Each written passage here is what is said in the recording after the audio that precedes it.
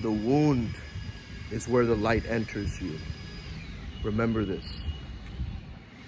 When you're going through some level of pain, when you're going through some level of descent, going through catabasis, going to the deepest parts of you that need exploring, you gotta understand this one thing. That is where the light enters you, said Rumi. And he was correct. Because that moment of understanding that something has been split open, there's new possibilities to be made. Okay? Elliot Hulse once a long time ago said, the wound or the trauma is our womb. Okay? The womb gives birth, it stores, it sustains. Okay? So the wound becomes our womb. Start to understand this, and you can have way more power over all of those things in the past. Because looking back now, they've given you more strength, more power, more determination than ever before. You see, there's a very common saying, one man's trash is another man's treasure.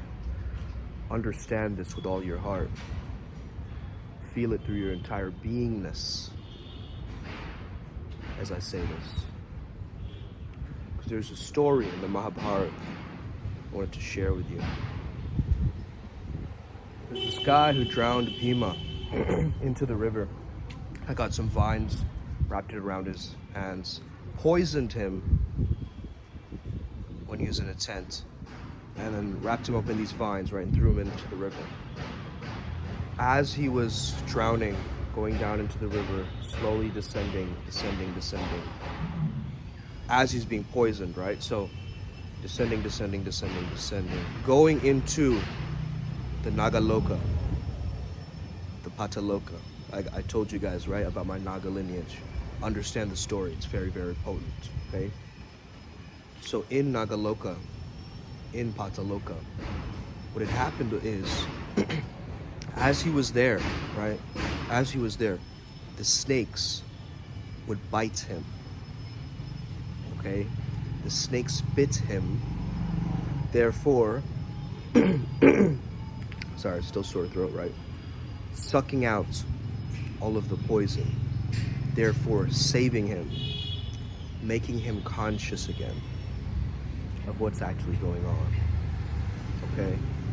And the Nagas gave him this kind of drink, okay? I believe it's called Rasyana or something like this, right? Gave him a drink, and that drink kind of knocked him out for a whole week. 7 days. 7 is very, very important as a number, because 7 is also, in numerology, all of 2023 this year is being added up. 2 plus 0 plus 2, all right, 4 plus 3, 5, 6, 7.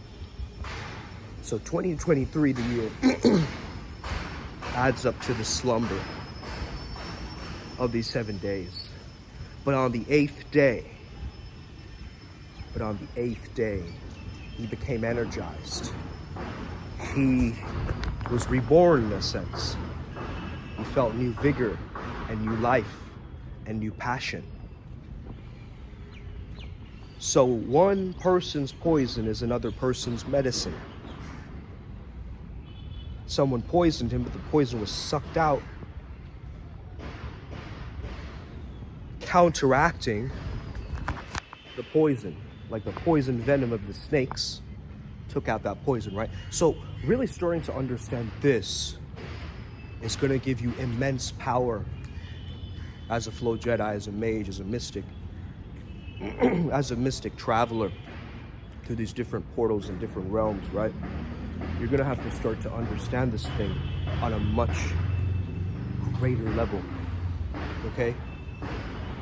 We can't zoom into our problems anymore. We've got to zoom out and see them as these tiny fleas, these things that don't serve us anymore, these things that oftentimes give us more worry and heartache. And worrying is just a wasted emotion, because worrying is praying for what you don't want. You see? You're actually putting into the back of your mind, complaining and worrying, now creating those circumstances. You're basically in the laboratory concocting all of the ways why it won't work. Instead, you got to go over to the opposite planet. There's a certain planet that you're on. You need to travel outside of the planet, which is going to be completely out of the comfort zone, right? You're floating in space. It's going to feel heavy. It's going to feel stagnant. But remember, nothing is static. Nothing is static. Everything evolves. So sometimes you can evolve in the negative, okay? You can grow like you can grow like a photograph, going into the darkness, then being emerged, like inverted, right? You can grow like a skyscraper. You can grow like a fungus. You can grow like a snail. You can grow like a cheetah.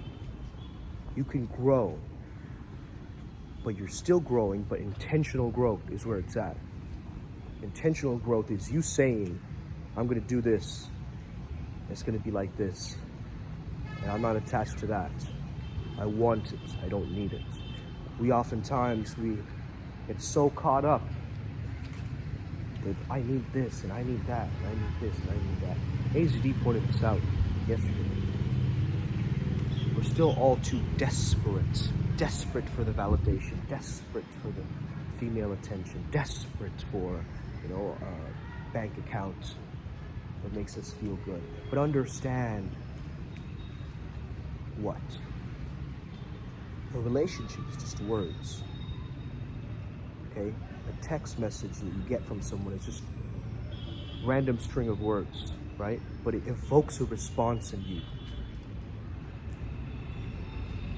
And that's what you have to master, okay? That response in you. When you look at your bank account and you see you have a low balance, they're just numbers, okay? Get down to the objective truth. They're just numbers. Even if it's a negative balance, it's still numbers, right? Just minus whatever. So start to understand not to get attached to the label, not to get attached to the numbers, not to get attached to the words, but to understand the substrate underneath all of that, the beliefs, the energy, okay? Beliefs hold energy. This is what we learned from Papas and Babros also in our channeling. So, beliefs hold energy. Your beliefs have an energetic pull that is pulling you towards a very specific location or a locus of mind. You have to be able to literally take control of that locus of mind. You have to be so sharp in your execution that old frame of mind or that old planet starts to actually move towards that other planet. So this is like you've now gained planetary control. It's like, almost gaining all full consciousness, right? You have all sense of who I am, what I am. My senses are active. I understand what's going on. I'm connected to the astral, but I'm also grounded. I'm bringing my energy down. Without grounding or foundation, how can we possibly ascend up? Okay? Which means going deeper into your shadows, deeper into the fears, deeper into your own hell, emerging as the king, coming up, rising up from the underground, the underworld, into the oversoul. So don't worry if you're feeling bad right now, if you're feeling depressed or sticky or icky or mucky or in the mud, in the quicksand. You just have got to truly recognize your why. This is what we learned from Savannah yesterday, who is also very intuitive, mystic channeler. She's also a Vega star seed, as you guys know. We kind of speak the same language in a sense. So it's very, very interesting to hear from her and to recognize our why. Mastering who we really are, mastering our purpose. What our purpose really is as Primal Sutra, as being in the flow zone, as these sky walkers, okay? Who are we really? And what do we bring to the table? We bring rejuvenation, we bring health, we bring focus, we bring activation of all the senses. We bring a holistic, transcendent life form that is here to just evolve and just grow. And growth is tough. You're the snake, you're the naga that's emerging and shedding its skin daily, over and over and over again. But eventually, you'll understand that the jewel is within. And this is the energy of the mongoose, who holds the jewel in its mouth from Kubera, also Jambala, as we recently discovered with Ranji. So, start to really get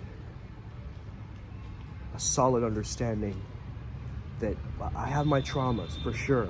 They're there. They're my kryptonite. I can't help that, okay? But in a sense, you can. You can now be the author who rewrites the story of that trauma by healing it, by going through it, by taking responsibility for it. That's why you need to get on a call with me. That's why you need to step the fuck up this year. That's why you need to be the one who finally takes action, starts moving in the motion of the motion, starts being the one who understands that the flow state is my home. Once you can reside there, once you can be at peace there, nothing will seem the same to you. Everything will be different. May you never be the same again. Have an incredible day. May the flow be with you and stay legendary. Let's go. Upward Spiral Gang.